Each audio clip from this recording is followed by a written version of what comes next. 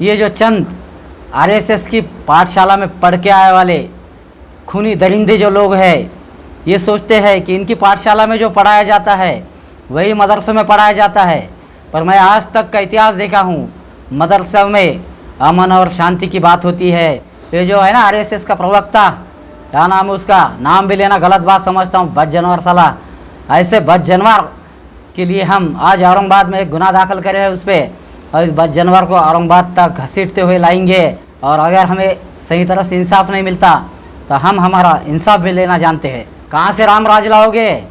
एक आपको राम मंदिर बनाना है तो उसके लिए भी संविधान की ज़रूरत पड़ती है, तो संविधान का राज ही चलेगा, आपकी कोई बकवास नहीं चलेगी। और आप जो बोलते हैं ना ये आतंकवादी वो आतंकवादी, सच्चे आतंकवादी तो आप दिख रहे हैं मुझे। भाले की पूजा करते हैं, तलवारों की पूजा करते हैं। कौन से मुसलमान ने आज तक भाले की त्रिशूल की पूजा करते हुए देखे आपने? कौन नंगा नाच करता है रास्ते पे?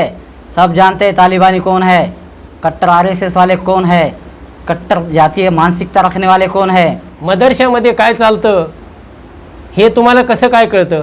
तुमचे मुलं बाळ मदरशामध्ये शिकतात का काय? ये हमारी सरकार आरएसएस, इनको जब तक ये मुसलमान पाकिस्तान आतंकवादी इनका नाम नहीं लेंगे तब तक इनकी डिबेट पूरी नहीं होती। कुरान पाक से आतंकवाद है, ये जिसने बोला ये आरएसएस का कुत्ता। मदरसों के ताल्लुक़ से आरएसएस के उस कुत्ते ने ये कहा कि ये मदरसे से आतंकवाद की ट्रेनिंग दी जाती है। इस्लाम के ख़िलाफ़ या इस्लाम की जान, हमारी शान, हमारे ज़िंदगी का मकसद हमारी कुरान शरीफ है। कुरान शरीफ के ख़िलाफ़ किसी को बोलने की इजाज़त नहीं दे सकते। ये तो ठीक है कि उसने ये जुमला एसी रूम में बैठकर कहा है, अगर ये जुमला अगर वो पब्लिक में कह देता तो मसला कुछ और हो जाता। हमने पुलिस को चेतावनी दी कि आप जो है गुरुवार तक, जुमेरात तक उस पर एफआईआर नहीं करते तो जुम्मे के दिन हम कलेक्टर ऑफिस के पास आंदोलन करेंगे, जन आंदोलन करेंगे। आज तक चैनल पर 5 बजे में जो प्रोग्राम होता वो दंगल नाम का एक कार्यक्रम रहता। उस दंगल में एक डिबेट चल रही थी। डिबेट का मुद्दा तो किसानों का था, लेकिन ये हमारी सरकार आरएसएस, इनको जब तक ये मुसलमान पाकिस्तान आतंकवादी इनका नाम नहीं लेंगे तब तक इनकी डिबेट पूरी नहीं होती। किसी सवाल के जवाब में आरएसएस का प्रवक्ता है एक, उसने कल टीवी पे आज तक चैनल पर एक बयान दिया, जो बयान से मुझे आपत्ति हुई।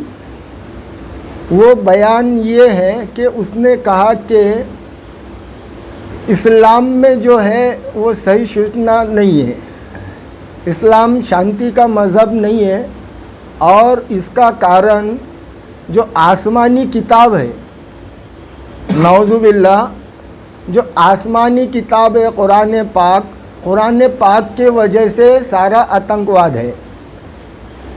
तो कुरान पाक से आतंकवाद है, ये जिसने बोला ये आरएसएस का कुत्ता, इसका नाम संगीत रागी है।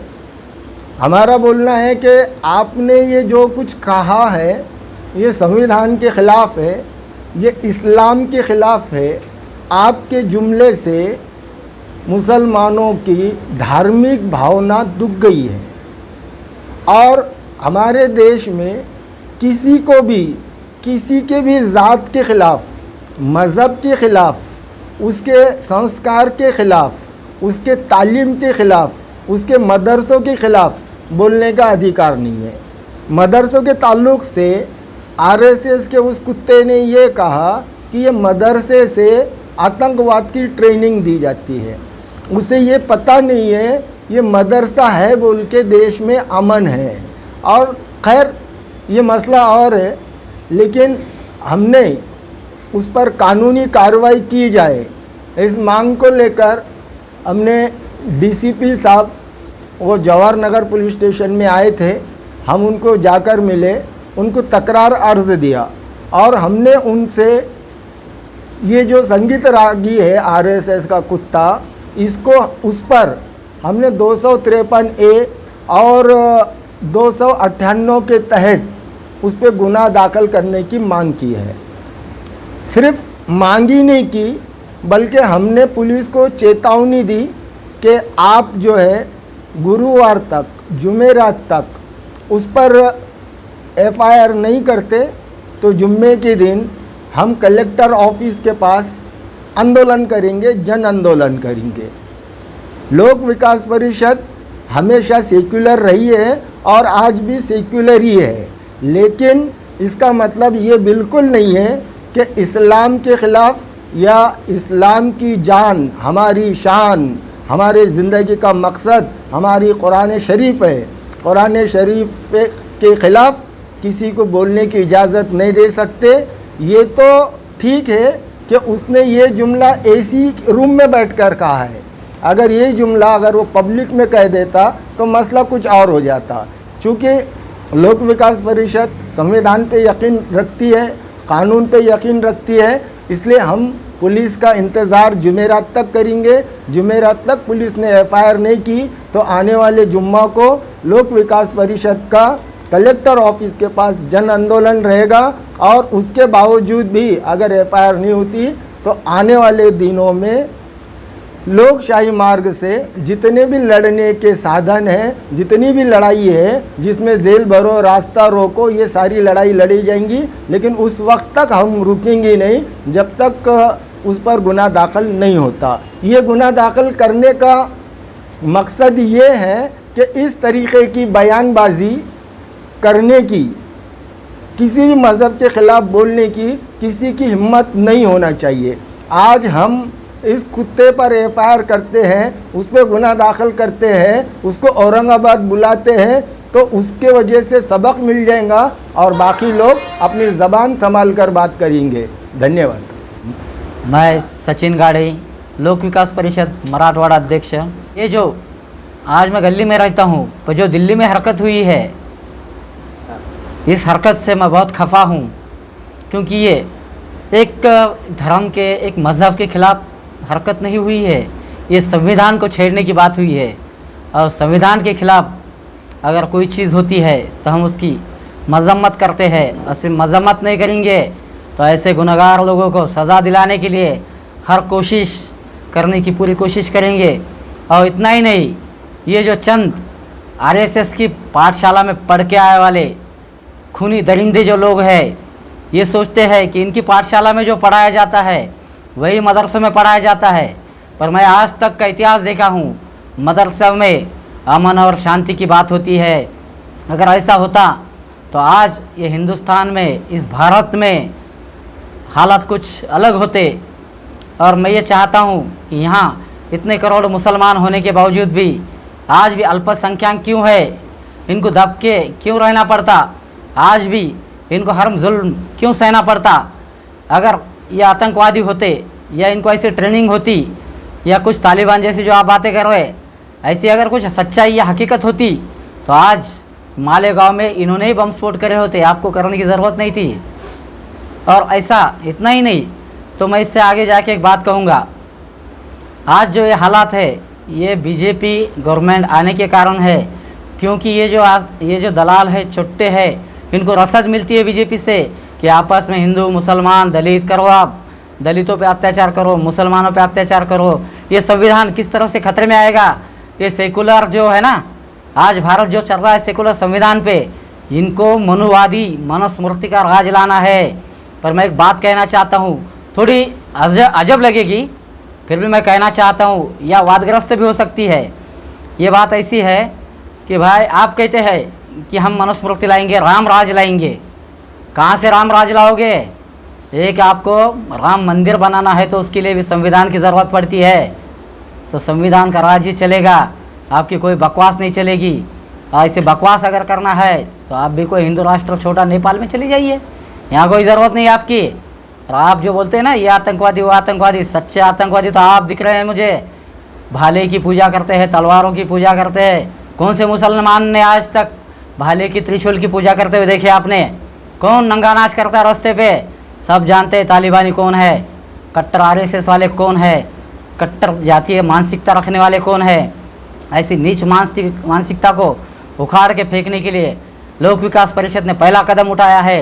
ये जो है ना आरएसएस का प्रवक्ता, क्या नाम है उसका, नाम भी लेना गलत बात समझता हूँ, बद जानवर साला, ऐसे बद जानवर के लिए हम आज औरंगाबाद में एक गुनाह दाखिल करे हैं उस पर, और इस बद जानवर को औरंगाबाद तक घसीटते हुए लाएंगे।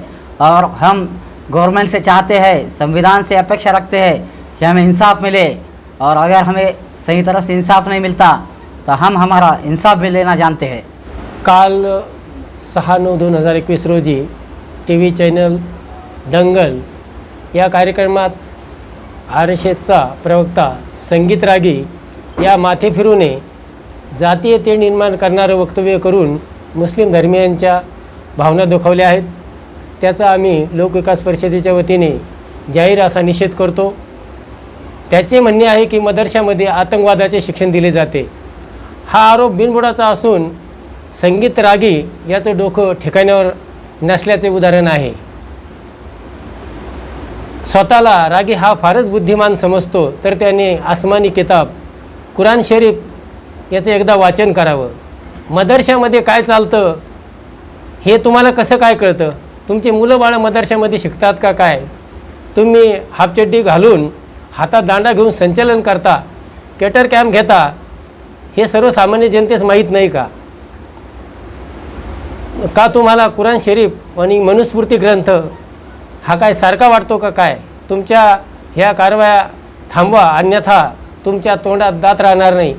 मी मधुकर ढेपे, लोक विकास परिषद जिला अध्यक्ष। इस तरीके से लोक विकास परिषद के अध्यक्ष ने बहुत अहम जानकारी दी है, और हम तमाम देश के नेताओं को, देश की सरकार को कहना चाहते हैं कि जब आपको ये सूचना मिलती है गोपनीय तरीके से कि देश के अंदर कोई आतंकवाद घुसा है, कोई आतंकवादी घुसा है, तो तमाम देश का नेटवर्क अलर्ट हो जाता है, हरकत में आ जाता है। अगर क्या कारण है कि इस तरह के बयानात से भी देश के अंदर अफरा तफरी मच सकती है, लाखों लोगों की जान चल सकती है, कई करोड़ों का नुकसान हो सकता है, तो आप इस वक्त हरकत में क्यों नहीं आते?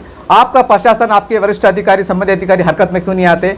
ये एक सवाल है, बहुत बड़ा सवाल है। हम समझते हैं कि वो समय आ चुका है, चाहे हिंदू हो, मुसलमान हो, सिख हो, ईसाई हो, कोई भी शख्स, कोई भी व्यक्ति अगर किसी धर्म के खिलाफ अगर कुछ कहता है तो सख्त सख्त कानून बने, बल्कि यहाँ तक कानून बने कि ऐसे लोगों को फांसी में लटकाया जाए, ताकि हमारे संविधान की शान बढ़े और हमारे देश में एकता बढ़े और हमारा देश और सुरक्षित रह सके।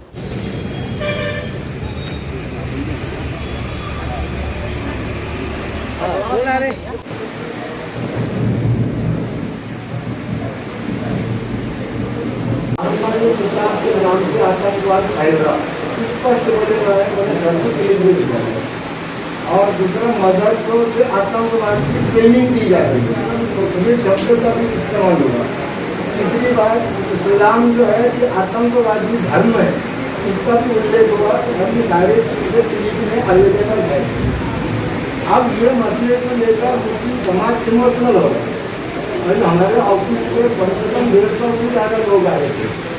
तो हम लोग उनको क्या करें, जो लोग धार्मिक भावना में गए जाते तो उनको बोले कि अभी परेड सही नहीं करना, पुलिस अपना काम करेगी, कायदा अपना काम करेगा, इससे आप लोग इसके ऊपर रिस्पॉन्सिबल पर्सन को लेकर मैं आपके पास आता। अब इसमें जो है अभी तो हम आपको इसमें निवेदन दे दे देते, इसमें 263 ए और 290 है, 298 के तहत गुना दाखिल होना चाहिए।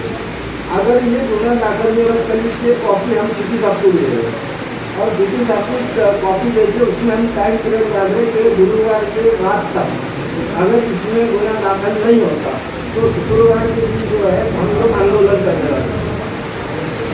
उसके बाद जो वक्त के साथ जो भी कार्रवाई होगी कायदेशीर लोकशाही मार्ग से जो भी करना पड़ेगा हम लोग करेंगे।